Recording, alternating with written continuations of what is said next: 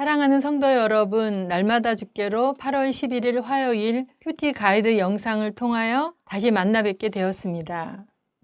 성도 여러분, 요즘 어떻게 지내고 계시나요? 7월 마지막 주부터 휴가철이 시작되었습니다. 아마도 8월 한 달은 많은 분들이 휴가 기간을 보내지 않을까 생각합니다. 성도님들은 이번 여름에 어떤 시간들을 계획하고 계신가요? 이런저런 모습들로 설레이는 계획을 세우고 계시리라 짐작되어집니다. 그러나 이번에 맞이하는 휴가 기간만큼은 하반기를 어떻게 살아가야 할지에 대해서도 깊이 생각해 보시고 그동안 지친 몸과 마음도 쉼을 얻을 뿐만 아니라 영적으로도 재충전의 시간을 가지신다면 남은 하반기를 그 어느 때보다도 소중하게 감사하면서 보람있게 보내지 않을까 생각되어집니다. 지금 우리들은 코로나 바이러스로 인하여도 너무나 힘겨운 어려운 환경을 살아가고 있습니다. 그러나 또다시 뜻밖의 장마로 인한 집중호우가 전국적으로 많은 곳에서 피해가 속출하고 있으며 피해를 입은 분들의 망연자실에 있는 모습들을 그저 안타까운 마음으로 바라보면서 자연이 주는 재해 앞에서 아무것도 할 수 없는 무기력한 우리들의 모습을 발견하게 됩니다. 성도 여러분, 요즘 일어나고 있는 여러 가지 상황들을 바라보면서 이런 생각 안 해보셨나요? 하나님께서 하나님의 백성인 우리들에게 뜻하지 않는 어려운 환경을 허용하시면서 무엇인가 전하고 싶은 메시지가 있는 것이 아닌가 하는 생각이 저는 자꾸자꾸 들었습니다. 지금은 하나님의 백성인 우리들이 하나님께로 돌아와야 할 때인 것 같고 눈물 흘리며 기도해야 할 때가 아닌가 하는 생각이 많이 드는 것 같습니다. 성도 여러분, 그러면 이사야서의 성경 말씀을 통해서 우리가 오늘을 어떻게 살아가면 좋을지 살펴보도록 하겠습니다. 말씀의 이해를 돕기 위해서 간략하게 이사야서에 대해서 설명해 드리고 큐티로 들어가도록 하겠습니다. 이사야서는 성경 전체의 축소판이라고 할 수 있습니다. 1장부터 39장까지의 말씀은 구약 성경이 39권으로 되어 있는 것과 같이 유다의 도덕적 타락과 정치적 부패와 사회적 불의와 특히 영적 우상 숭배로 인해 내릴 임박한 하나님의 심판에 대하여 준엄하게 경고하고 있는 모습입니다. 이사야서는 유다의 죄악에서 돌이키지 않으므로 결국 망하게 됨을 선포하고 있습니다. 하나님께서는 이러한 죄악을 그냥 내버려 두지 않을 것이며 이에 대하여 반드시 심판이 임하리라는 강력한 경고의 내용입니다. 뿐만 아니라 죄로 말미암아 영원히 죽을 수밖에 없는 인간에게 구원에 대한 간절한 요구도 나타나 있습니다. 그리고 나머지 40장에서 66장까지의 말씀에는 신약이 27권의 말씀으로 되어진 것과 같이 소망의 메시지를 선포하고 있음을 볼 수 있습니다. 구원에 대한 하나님의 크신 섭리가 예수 그리스도를 통한 예언으로 드러나고 있음을 볼 수 있게 됩니다. 메시아가 구주와 주권자로 오셔서 십자가를 지시고 면류관을 쓰시리라는 것이지요. 하나님께서는 신실한 남은 자를 보존하심으로써 이스라엘 백성들과의 언약을 지키실 것이며 하나님은 장차 오실 메시아를 통해 그들을 구원하시겠다고 약속해 주고 있습니다. 이 구세주 예수 그리스도는 유다에서 나실 것이며 구속과 회복이라는 두 가지 일을 이루실 것이라고 말씀하고 있습니다. 이사야서 60장에서 강조하시는 말씀과 같이 이방인들도 그의 빛을 보게 될 것이며 온 세상이 그분으로 말미암아 복을 받게 될 것이라고 하는 것입니다. 오늘 날마다 주께로 큐티는 이사야서 60장 1절에서 9절까지의 말씀입니다. 말씀의 제목은 택한 백성을 소생시키는 여호와의 빛입니다. 자, 내용 관찰로 들어가서 1번입니다. 하나님께서 선민에게 빛을 발하라고 선포하는 근거는 무엇입니까?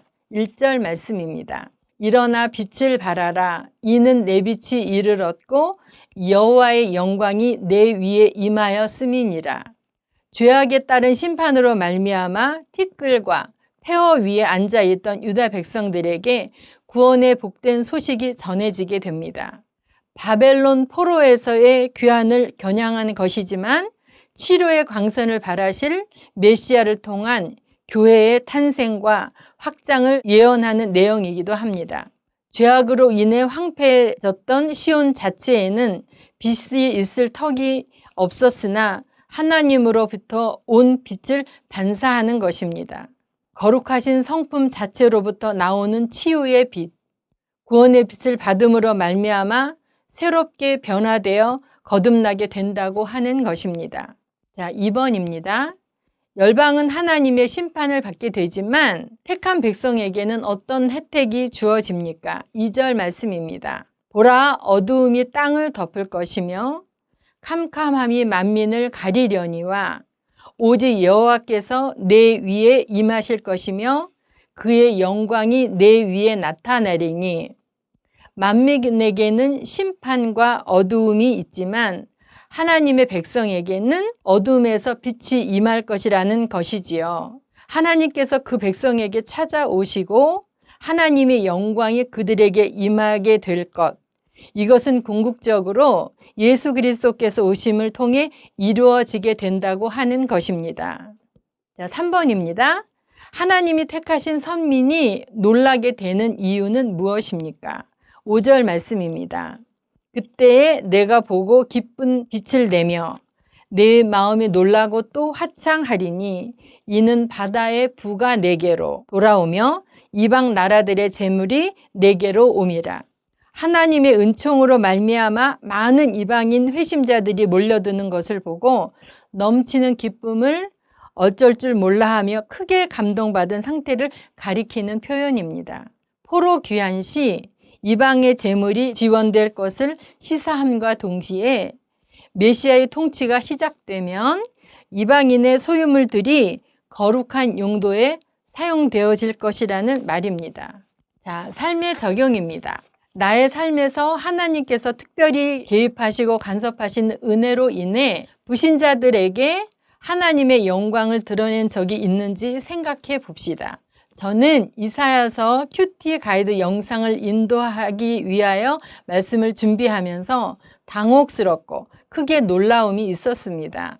이사야 선지자가 말씀을 선포하던 시대와 지금 우리가 살아가고 있는 시대의 죄악이 너무나도 똑같다고 하는 것입니다.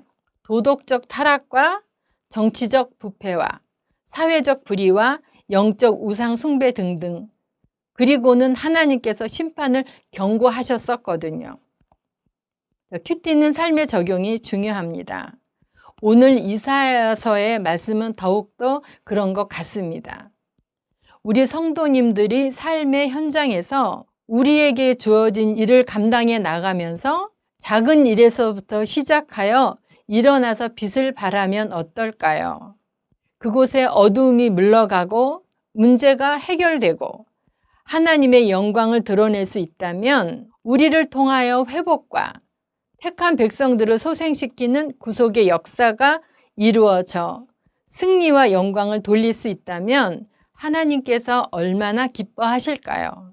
사랑하는 성도님들, 오늘 태산과 같은 큰 믿음으로 좁고 협착한 길을 걸어 말씀과 기도와 은혜로 예수님의 이름 붙들고 부활의 능력으로 승리하는 하루 보내시기 바랍니다.